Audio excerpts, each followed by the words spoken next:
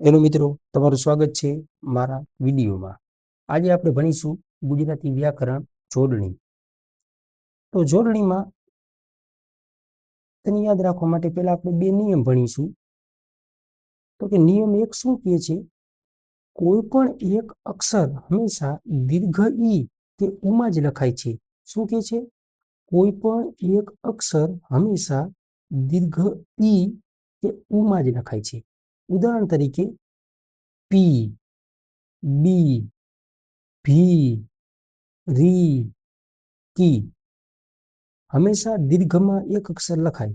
એવી રીતે જ પુ, બુ, રૂ, ભૂ, મું, તુ। તો એક નિયમ શું કહે છે કે કોઈ પણ એક અક્ષર હંમેશા દીર્ઘ ઈ કે ઉમાં જ લખાય છે। પી, બી, ભી, રી, કી, પુ, બુ, રૂ, ભૂ, મું અને તુ।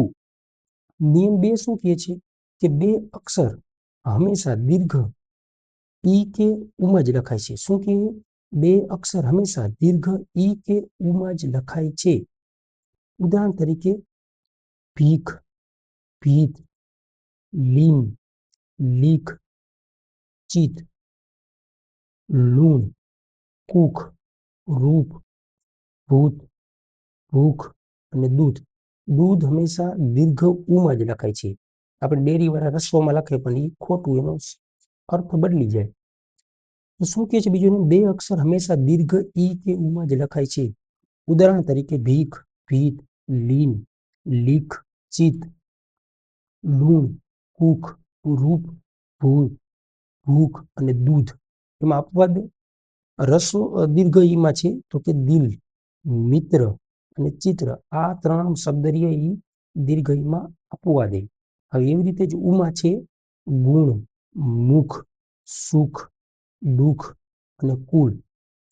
ઉમાં આ પાંચ શબ્દો હંમેશા રસ્વમાં લખાય: ગુણ, મુખ, સુખ, દુઃખ અને કુલ। તો આજનો વિડીયો આપણે અહીંયા રાખશું। આમાંથી કોઈ ટોપિક વિશે તમારે વધારે માહિતી જોતી હોય તો કોમેન્ટમાં જણાવો, એટલે હું એના ઉપર ફૂલ વિડીયો બનાવું।